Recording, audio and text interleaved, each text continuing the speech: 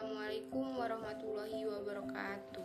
Perkenalkan, nama saya Cica Mufliasa Fitri dengan NIM 2280200019, Pendidikan Fisika. Di sini saya akan mereview jurnal tentang pengembangan alat peraga vektor resultan gaya. Jurnal yang pertama adalah Desain Alat Peraga Vektor Resultan Gaya untuk siswa sekolah menengah atas atau SMA.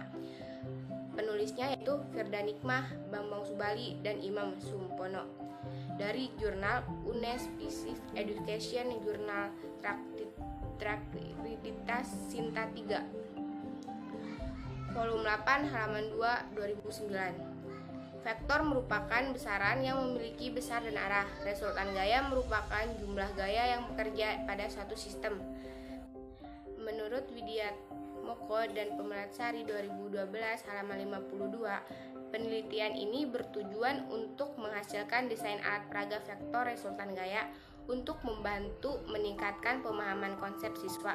Alat peraga ini dibuat untuk menunjang proses pembelajaran siswa agar mampu memahami teori atau sebuah konsep dengan baik, membuat siswa menarik pada suatu proses pembelajaran, hadirnya rasa ingin tahu siswa. Tujuan penelitian ini adalah menghasilkan alat desain peraga vektor untuk membantu meningkatkan pemahaman konsep siswa. Pengembangan alat peraga ini dilakukan untuk menyempurnakan kembali alat peraga yang sudah dikembangkan sebelumnya. Desain alat peraga ini bisa dibongkar pasang karena alat ini menggunakan mur dan baut yang akan mempermudahkan untuk membawa dan menyimpan alat peraga tersebut.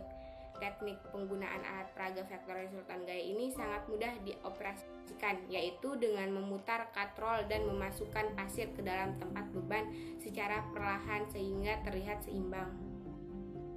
Nah, di sini sudah ada alat peraga resultan gaya, ada nomor 1, 2, 3, 4, 5, dan 6.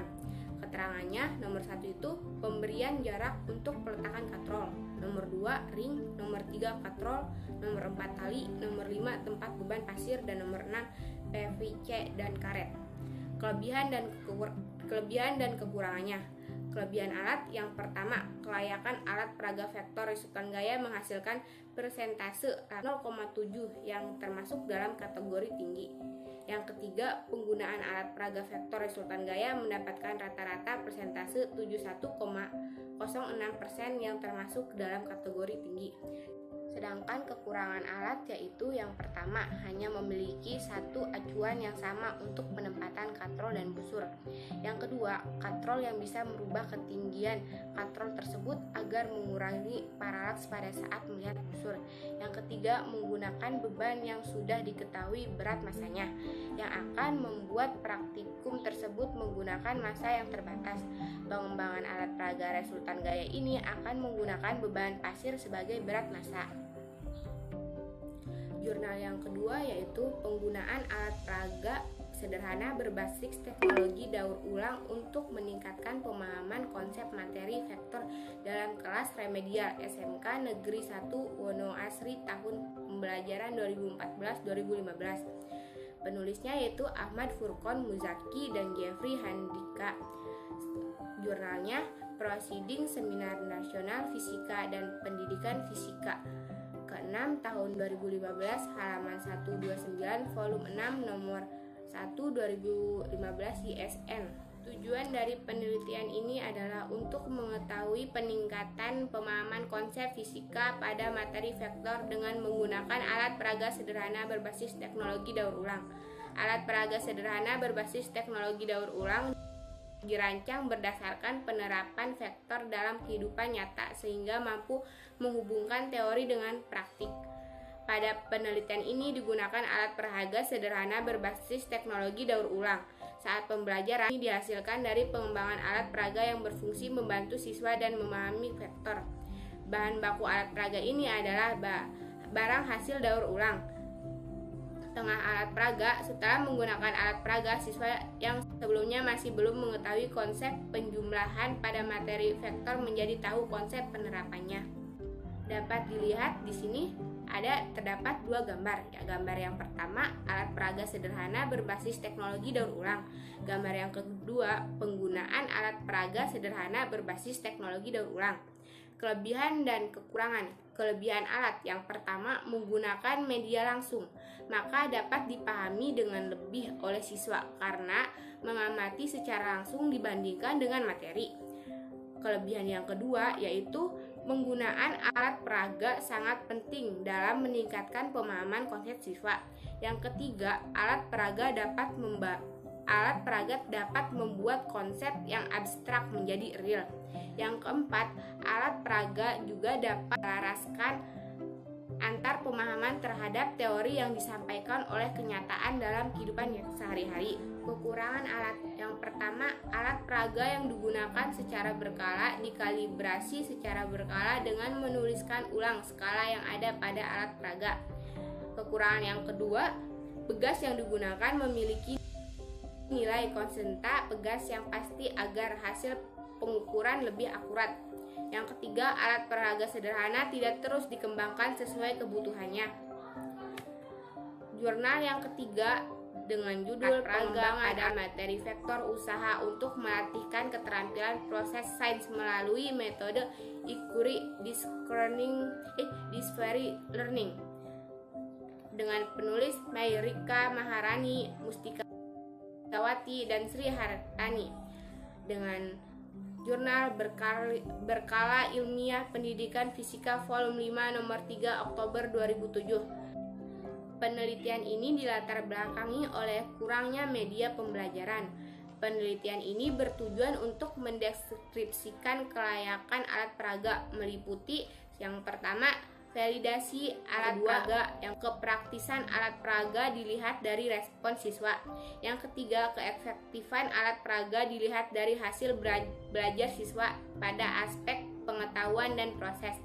Alat peraga dikatakan layak digunakan apabila telah memenuhi kriteria kelayakan yang meliputi validasi, efektivitas, dan fleksibilitas.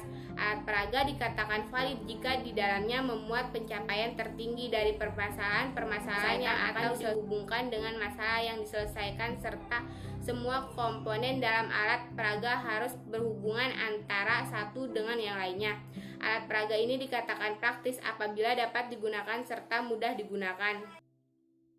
Di sebelah kiri terdapat gambar produk pengembangan berupa alat peraga vektor usaha. Kelebihan dan kekurangan. Kelebihan alat yang pertama, validitas alat peraga termasuk dalam kategori valid. Yang kedua, kepraktisan alat peraga dilihat dari respon siswa menunjukkan kategori sangat praktis. Yang ketiga, keefektivitas alat peraga menunjukkan kategori sangat efektif dilihat dari hasil belajar siswa pada aspek pengetahuan dengan kategori gain tinggi dan pada aspek keterampilan proses sains dengan kategori sangat baik.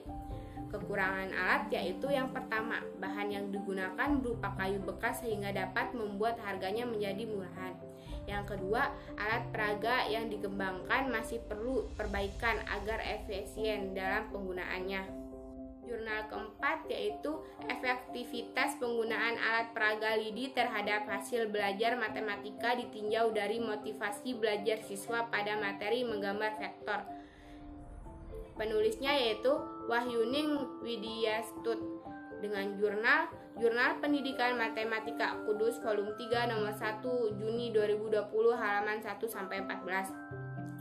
Penelitian ini merupakan penelitian eksperimen yang bertujuan efektivitas penggunaan alat peraga LIDI dan motivasi siswa. Hasil belajar yang lebih baik ditunjukkan oleh kelompok siswa yang memiliki motivasi belajar tinggi, serta tidak ada interaksi antara penggunaan.